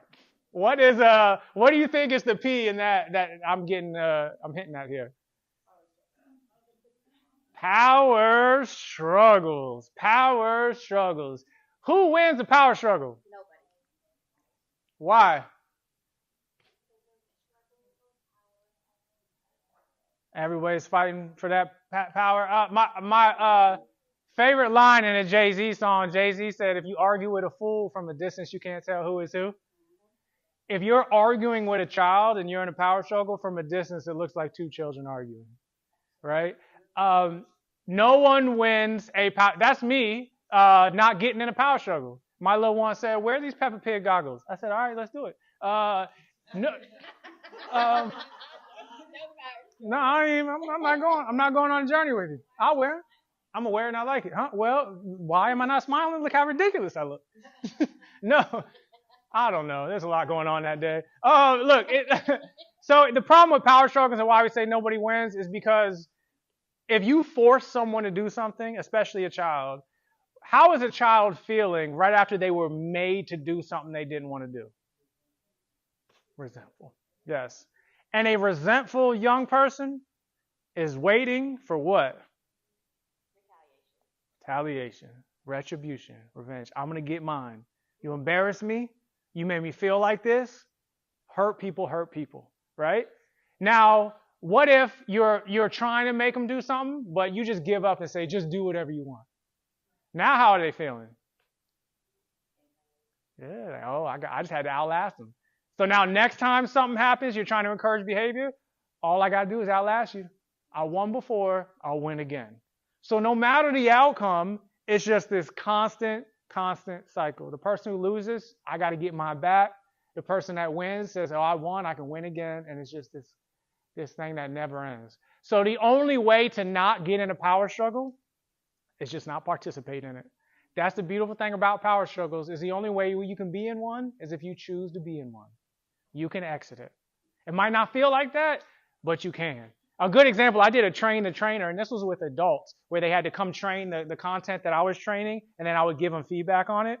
And then after I gave one person feedback, like 2 minutes later, she raised her hand like this. And she said, I got some feedback for you. I said, oh, well, first of all, if you raise your hand like this, you don't want to ask me anything. You want to tell me something. And she wanted to tell me her feedback. She said, just because you're the trainer and you say you've been doing this a long time doesn't mean that you don't need to get better. Room full of people in the training. In that moment, she's saying, join me on my power struggle journey. Debate me. Say to me that you're just upset because you didn't like my feedback. Or say, hey, we don't have time for that. She wants me to get into a back and forth right there with her. But instead, I said, look, you make a good point that no matter how long you've been doing something, there's always opportunity to grow. I appreciate it. And the look on her face was like, you mother. Because she wanted to join, but I'm not going there. I'm not going on that journey with you. If I get in a power struggle, it's because I'm saying I want to go on that journey with you. Maybe it's a topic that we just got people at the house and we just want to just go at it. As long as I'm making the decision, understanding there is no real winner in this, I'm just doing it for me, then jump into it. But if your goal is to inspire change, collaboration, positive behaviors, a power struggle won't get you there, regardless how it turns out. Make sense? Now, don't get me wrong. In that scenario I was telling you about, as soon as that thing was over, I called whoever would pick up the phone. I said, let me tell you about this, right? Because I'm still human. I'm still going to get triggered emotionally. But then it's about making decisions that align with where you're trying to go and not joining someone on that. I'm not going on a journey with you. That's what I always say. Sometimes I'm not going on a journey with you. I'm not taking a trip with you today. Enjoy it, right? Because it takes two. So there is no winner with power struggles with young people. So strategies to avoid power struggles with young people. 1, try to stay calm and neutral. Avoid reacting emotionally or taking the young person's behavior personally. Now, I actually don't like that first sentence, so I should have phrased it better. I don't think it's possible to avoid taking things personally initially. Because when you hear something, especially if it conflicts with your core values, your initial reaction is going to be emotional. The challenge is that what do you do next? What's after that, right? It's like when you're driving and that person cuts you off. Oh, And then you had that reaction. You're like, all right, now what do I do? Do I follow them and then flick them off, or do I take a deep breath and keep it moving?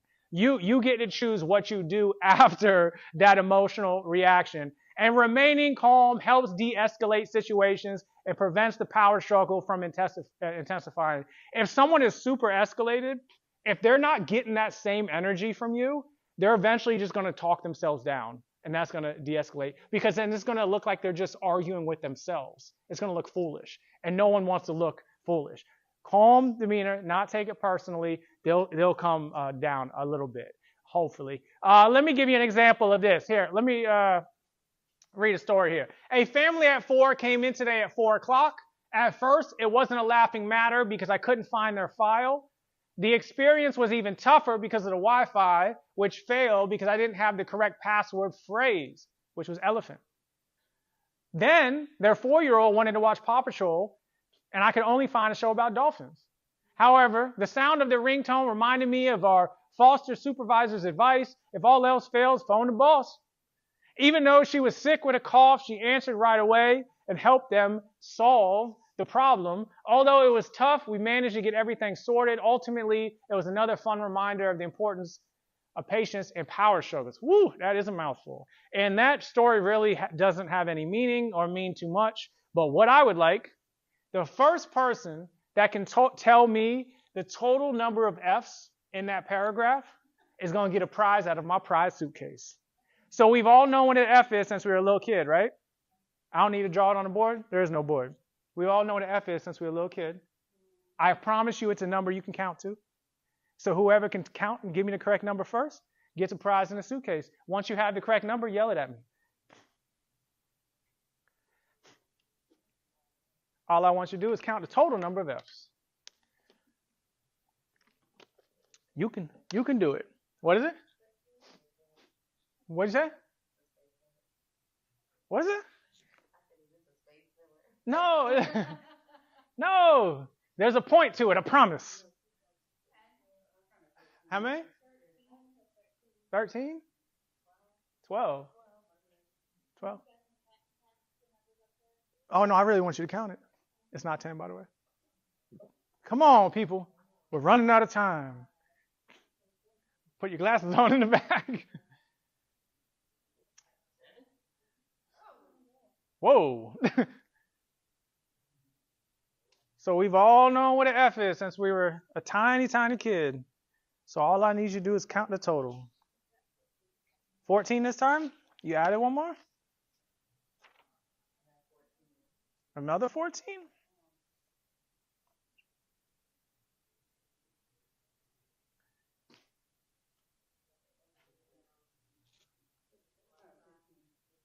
$15 now.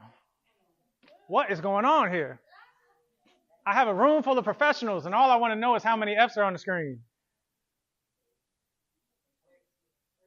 13. Still 13? I thought you had 14. 6? I had somebody tell me 0 before. I was like, it's not a riddle.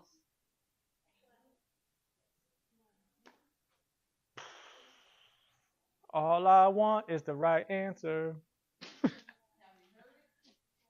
I know what the right answer is. Oh, have I heard it yet? I don't think so. What are your numbers? No. No. No.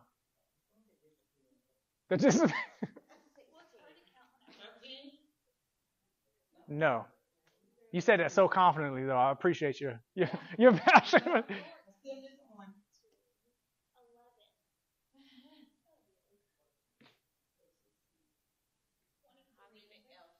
23. No.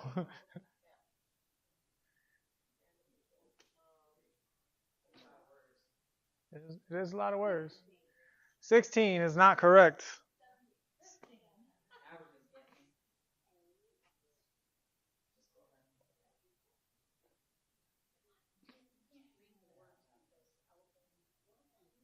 Elephant sounds like an F, doesn't it?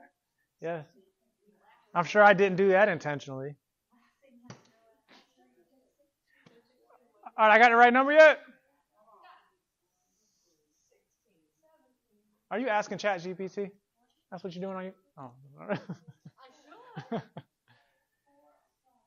So here's my point here. Avoiding power struggles is very much thinking beyond your initial emotional reaction. Because the more emotionally invested you are in a situation, the harder it is to see things clearly. It could even make simple things complex.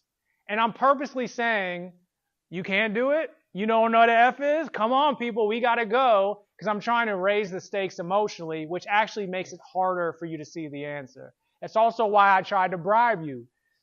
Do this, you'll get a prize for it, increasing the emotional part of it. My point here is if we can miss things that are right in front of us with something as simple as counting a letter that we've known since a kid, imagine when we're dealing with people who are far more complex, children who are far more complex, right? So the idea is when we emotionally feel what we feel, try to step back, be neutral, and say, okay, what is really happening here? What's the full picture, and what might I be missing? Because your brain will take shortcuts. You want to know what the answer is? No. Let's look at them together. I highlighted them for you, I think. Let's count them. The very first one?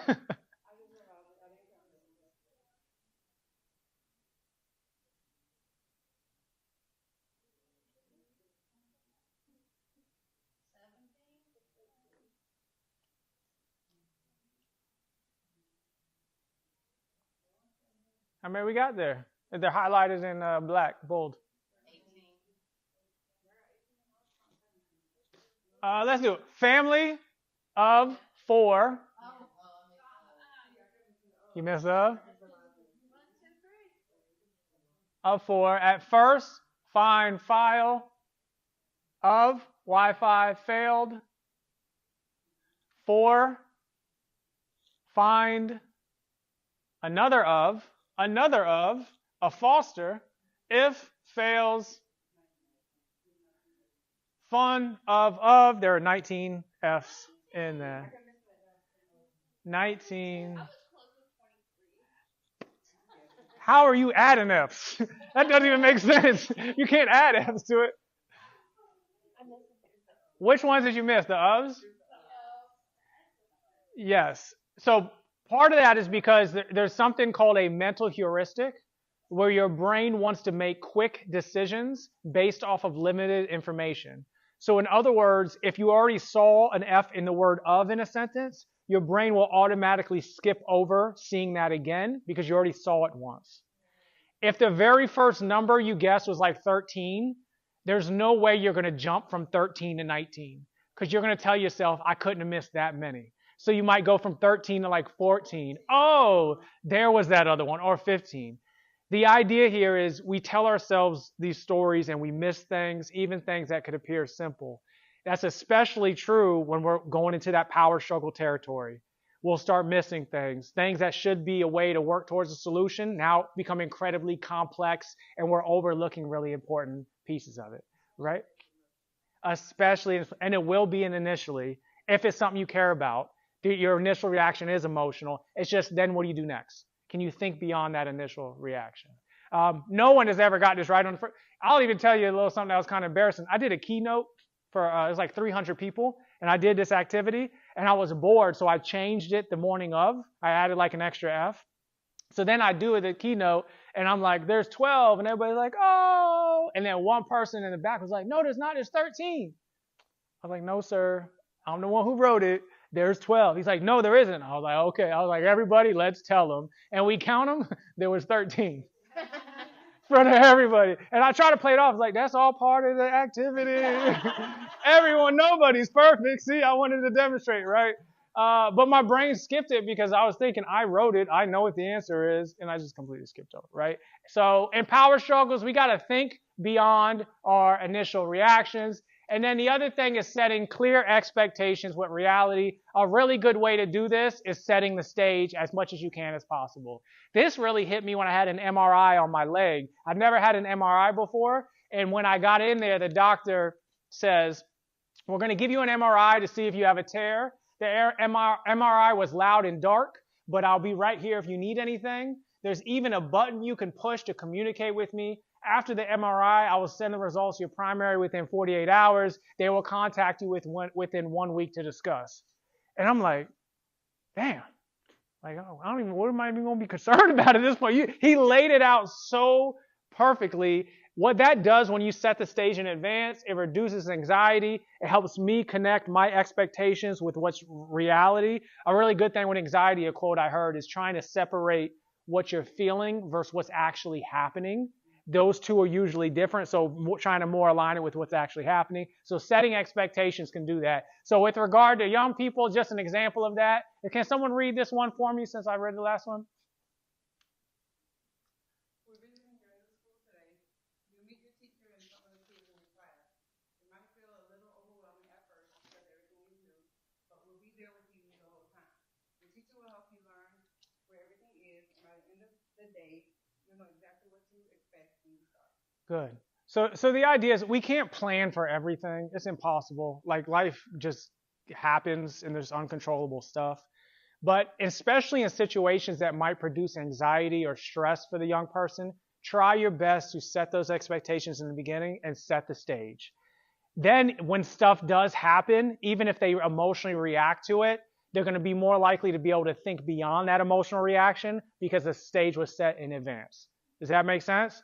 This is another example of investing a lot of more time on the front end to try to encourage a more positive outcome on the back end. So again, you're not going to be able to plan for everything, but trying your best in the beginning to set that as needed can have a good impact on avoiding power struggles when they present themselves. Make sense?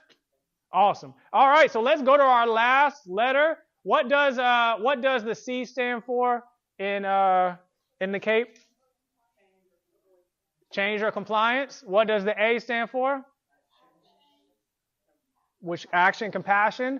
And then the P, power, struggle. So let's go to the E. Look at that guy. His name is Mr. Watts. He makes an appearance in every single workshop.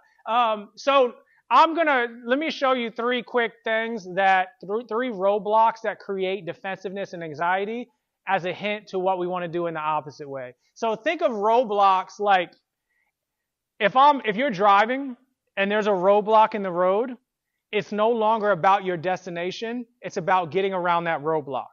So it's the same thing when interacting with young people. As if you're collaborating with them and they're working through their own change, if you introduce a roadblock, it's no longer about their change. They now have to get around that roadblock. Does that make sense? More roadblocks that get put up, the more likely we're going to hold on to the status quo and staying the same.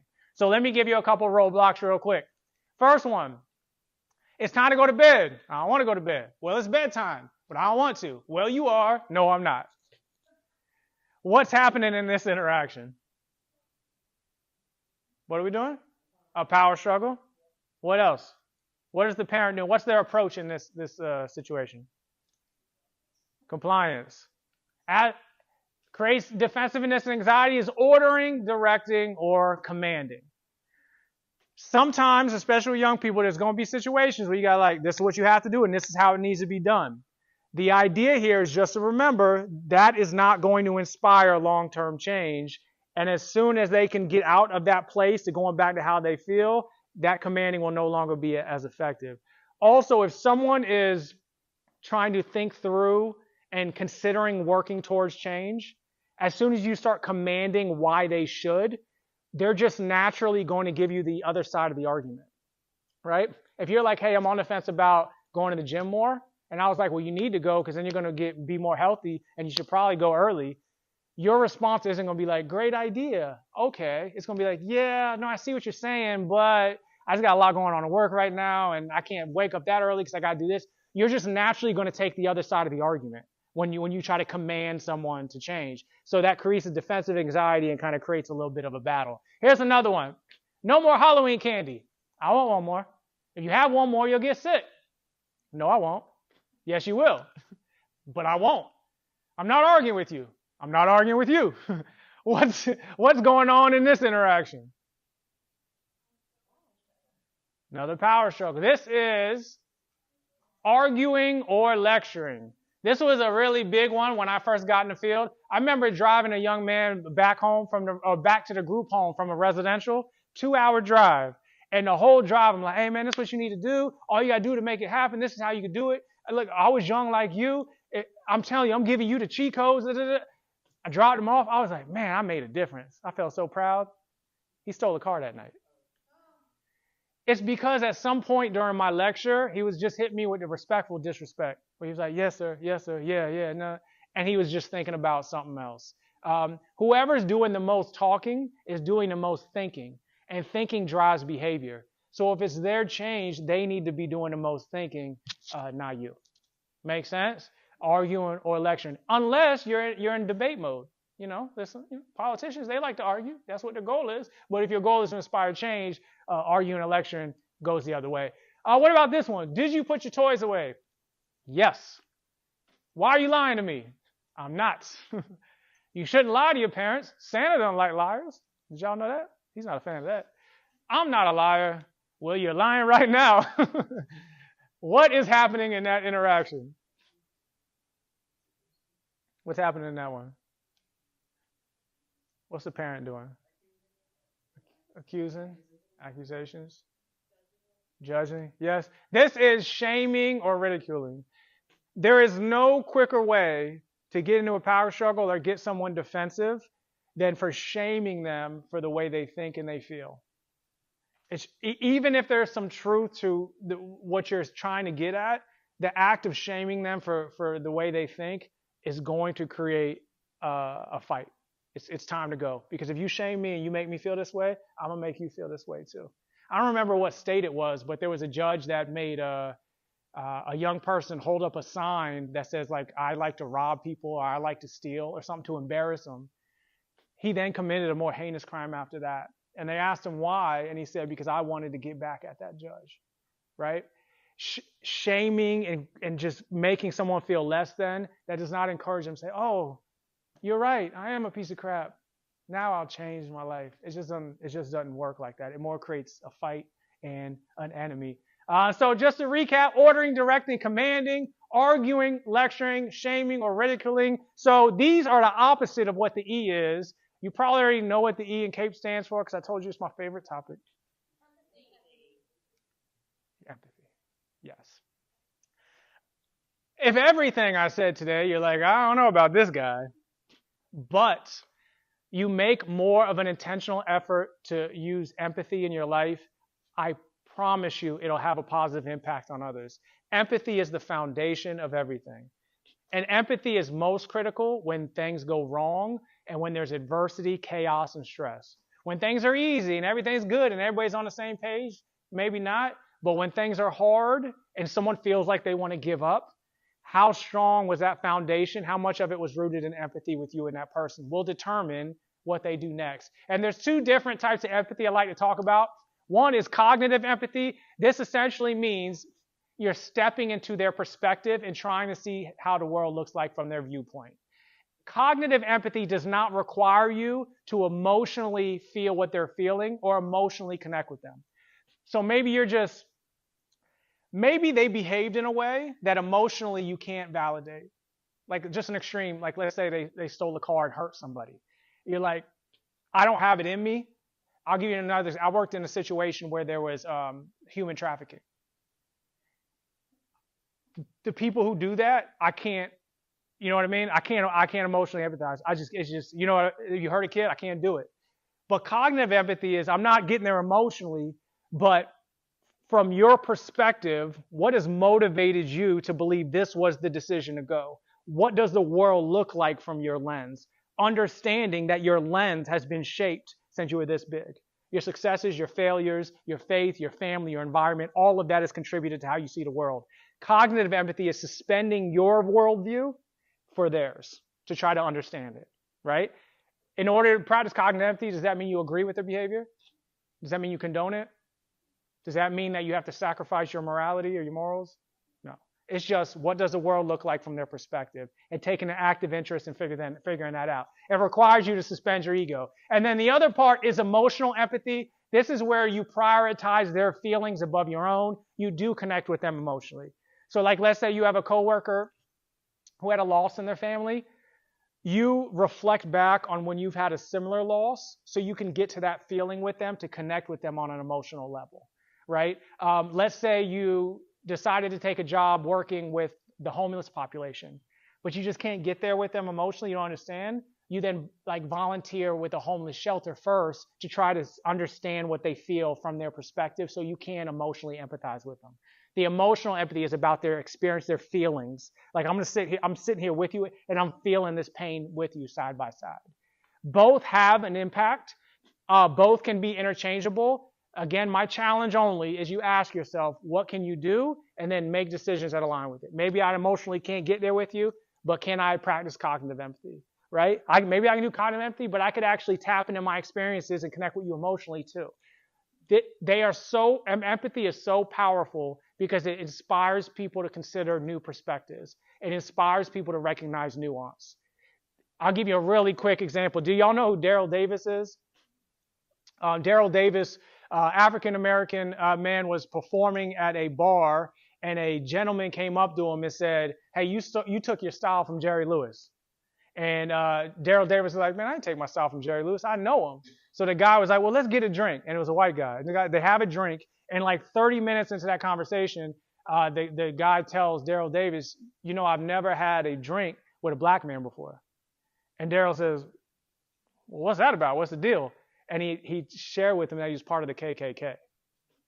So in that moment, Daryl emotionally could be like, man, you need to sit somewhere else, right? But he wanted to see, is there opportunity for change here? So he just had a conversation. He said, how do you hate someone that you never met? You know, like talk to me about what made you feel this way.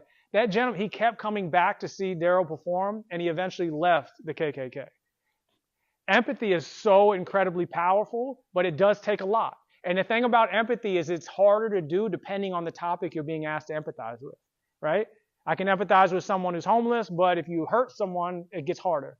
I can empathize with you if you come from if you like something that I don't like, but if you're on the opposite side of me politically, that gets harder, right? It depends on the topic. So you got to ask yourself, what can I do with regard to empathy? But understanding empathy is a superpower. It can inspire new ideas and new change. Affirmations can go a long way with emotional empathy. Who here has affirmed somebody in the last week? One affirmation a day, especially with young people. Real quick, there's 4 different types of affirmations. It could be a positive attribute. Because you're with you all the time, we get to a point sometimes where we no longer recognize our own strengths. We no longer recognize what's special about us. So if you can highlight that for someone, hey, with everything you got going on, you're one of the most resilient people I've ever met. That can remind them to be like, all right, yeah, you know what? I do got this thing about me. So highlighting a positive characteristic, appreciating them for their efforts, catching the person doing something right. This is so important with young people. Please, if that young person never sat down and started doing their homework or working on their GED, and then one day they do, shout it out. Hey, I see you. This is what I'm talking about. You crushing it, man. I know you got it. I'm here if you need anything. Highlight the behavior. Positively reinforce the behaviors you want. Ignoring them could be a justification that they might say, you know, I see what's the point? No one cares anyways. And then optimism and support. You got this. No matter what happens, I got your back. Empathy is a superpower. I got a whole podcast where all I do is talk about empathy. So if you're interested in diving more into that, do that. Now here, let's do a pop quiz. What's the C stand for? The A. The P. And the E. We made it, people. Thank you for joining me on a free volunteer training. I appreciate y'all so much. All right. Here's what I want to do before you leave. Everybody got a book, right? All I want you to do in your book is write your one takeaway that you have from this workshop and then bring it up to me and I'll sign it. And that'll be like your certification for today. Yes? What's that? Oh, and I need a group. Let's do a, does anyone have a good phone they could use for the picture? Because mine's connected to the live stream. Anybody have a phone? Yep. Let's do it. Yes.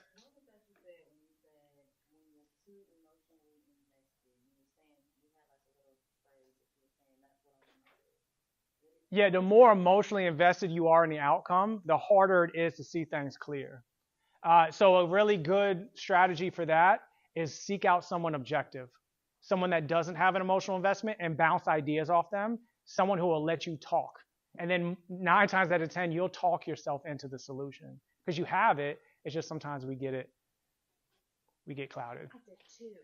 You did too? All right, tell me your one takeaway. Well, empathy is a superpower. And then I put this from your book on page 70.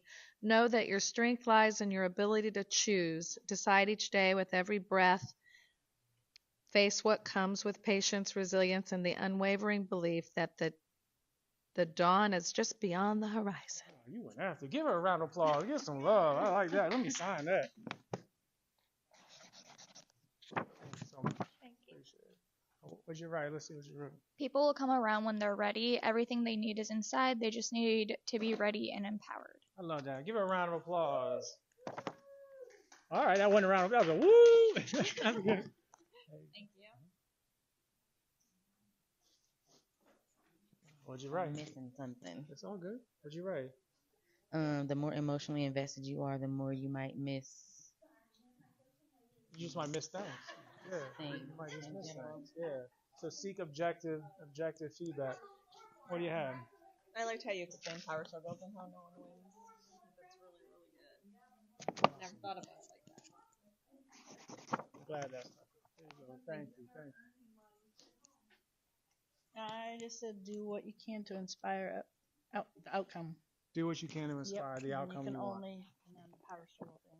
I love that. Thank you. What do you got? My challenge, how committed are you to inspiring change?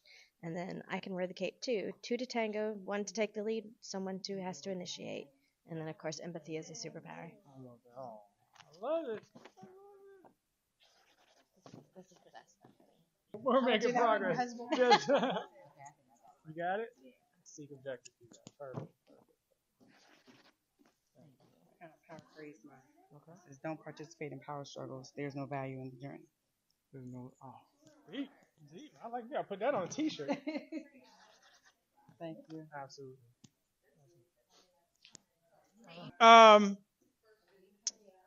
One last thing, if I can get your attention, just as I like to offer these free to the community, and I want to keep doing it. Just one little way you can support that in return is just share on social media. If you're on social media, follow Speak for MC. I'm on every single one at Speak for MC. The QR code. And then my book is on Amazon. If you found some helpful tools, if you could leave a review on that, that'll go a long way too. That goes a long way in supporting, and I appreciate y'all. You're welcome. Give yourselves a round of applause one more time. All right. Oh, let's do a selfie real quick.